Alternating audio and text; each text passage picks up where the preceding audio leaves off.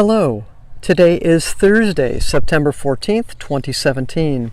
I'm Sharon Dingus, and I'm here to share with you another ray of light.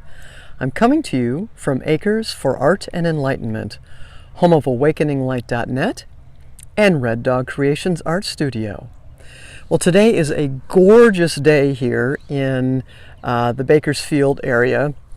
Last night there were actually thunderstorms, and I don't know how much rain the area received, but much needed, and a cooling effect is in place. In fact, it's probably, maybe 10 or more degrees cooler right now than it has been.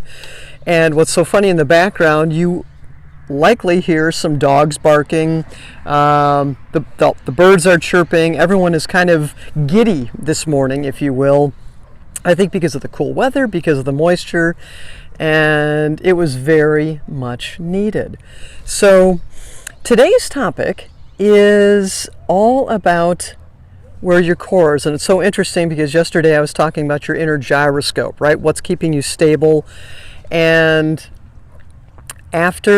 later on in the day yesterday, ended up having a conversation with a dear friend. We actually have the exact same birth date. We were just born about 13 hours apart in slightly different parts of the country, but it's very, very interesting when we talk because obviously we have a lot of things similar, but as I've been studying astrology, it's very interesting. Even though our planets are in the same locations, when you look at the Zodiac House, it's flipped, which is very interesting.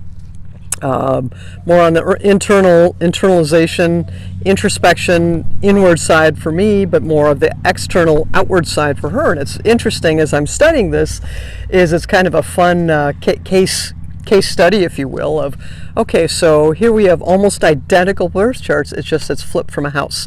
So that's one of my curious things that I'll be looking at as I delve more into my core, right? But as I looked at today's tarot spread, and I'm still getting used to Photoshop and Premiere Pro, but learned yesterday I found out how to superimpose the cards. So even though I'm holding them in my hands, kind of like I'm not a good card player, so I'll admit that, but I've got them in my hands. But the cool thing is post production, right? I'll be putting them up here in this corner. So as I point here, they're here. It was so very interesting. There were 3 cards in the deck, and they are the 4 of Wands, the 8 of Pentacles, and the Ace of Pentacles. And what they were showing to me is all about the core. And when I looked at the tarot spread today, it was so very optimistic. But again, a reminder of remaining in your core. So one of the conversations that this friend of mine and I had, we also have the same first name, which is kind of fun. Long story on that one, but it was just a really cool thing when it happened. And then also some texting with another friend of mine, and it was all about, so much of it is where is your foundation, where is your core? And this friend that I chatted with for a while, we met in a professional setting working on a software development team. And it's really cool when you're in any kind of job, but in a professional job, you can see sometimes, if you're fortunate, the changes that you can do, and it can be very fulfilling at the end of the day because you've poured your heart and soul into everything you're doing. And you know that you've made a difference. You've seen things change. Not every day do you see that difference, but you do have those moments of, wow, I'm doing all this. But what can happen is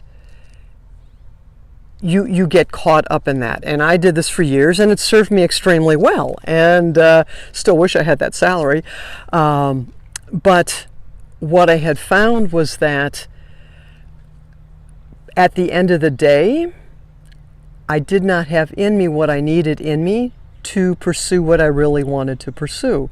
So, for instance, is when for years, I bet more than a decade, I had wanted to learn stained glass. And I was so busy with my job that, and I was having fun. I loved it. I was able to travel the world, Japan and China and Taiwan and all these amazing, amazing places. Bermuda, beautiful place. Different parts of the U.S. But what happened is I still did things, right? I was able to, quote unquote, throw in my garden on the Sunday morning before I had to hop on the plane and fly somewhere for a week, and I'd come back and I'd be like, oh my goodness, I'm exhausted, but I wanted to do all these other things. But what happened is I remember distinctly wanting to go in to learn how to do stained glass. But because of my travel schedule, I could not. And so I was so excited when I finally had the confidence to step away from what I had been doing, which was a hands-on, and step into a different role, which was less hands-on and more of the mentoring and the teaching and team leadership. All of a sudden, I had the time because I wasn't traveling. The company I was working for did not require me to do a lot of travel. And the other thing was because I was not so hands-on, other people on my team were able to be creative and develop things and design things, but I was no longer in that role. And all of a sudden I felt this gap of, I'm not doing that anymore and I'm craving it. And I thought, I've always wanted to do stained glass. Why don't I go do that? And I did, and I began fitting that into my life. So creativity is your second chakra. So what's so interesting is, as I look at, again, going back to these cards, these core cards are your foundation, your chakras. So your home base, your root chakra, red, you get into red, orange, yellow. And it's interesting, as I say that, is this past week I've seen a lot of reds and oranges and yellows in these tarot spreads. And I kept thinking there's something significant about it, and it just now hit me. What this is all about, what I'm seeing, is all about your foundation. Your home, your root chakra, your core, your creativity is also your sexuality. So creativity may be physical, it may be children, it may be all of that. Then you get into your third chakra, which is about your power, and that's where these cards are. God darn it, it just hit me. And I love it when that happens. It's so cool to have that revelation. And what she and I, this friend of mine and I, we were talking about is, at the end of the day, you have nothing left in your tank, and you have all these passions you want to unleash, and you have nothing. And I know some people are much better at this than others, and some of us tend to just scatter our energies all over the place. And I talked about that a few days ago. Is there some time, beginning of the day? Maybe it's not every single day. Maybe all you can do is just 1 hour on a Wednesday morning or Saturday morning or Sunday morning, or maybe it's at 2 a.m., whatever that time is for you. Find a time during your day, however many times a week you can do it. And it may not happen immediately, but find that time for you where you have the energy in your tank, where your core still has something in it for you alone. Not after you've given for everybody else, but when you're fresh, when you're energetic, when you have it for you. Find that time. Cherish that time. Set aside that time. You make appointments with others. You make sure, if you're a parent, that your kids are going to their games, their practices.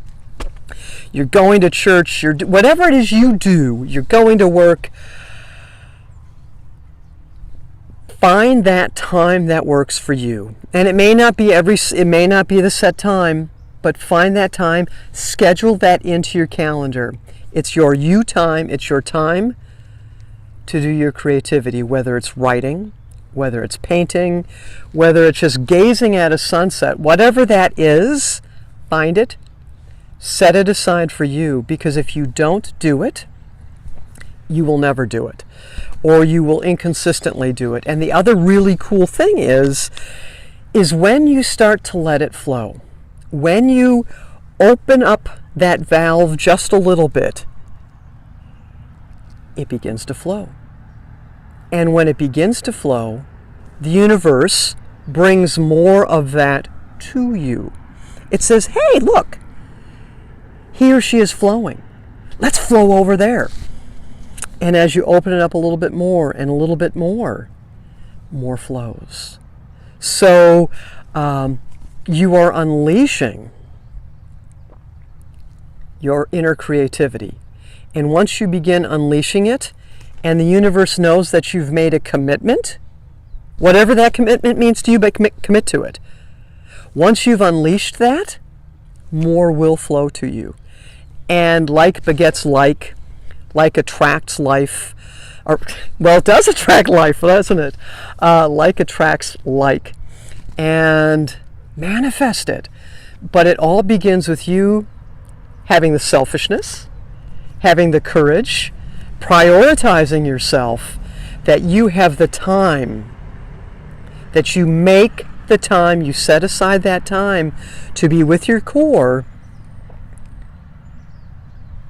so that you can get and foster who you really are and unleash that creativity. Thank you for taking the time to watch. I send you blessings, love, and light as you go about your day today.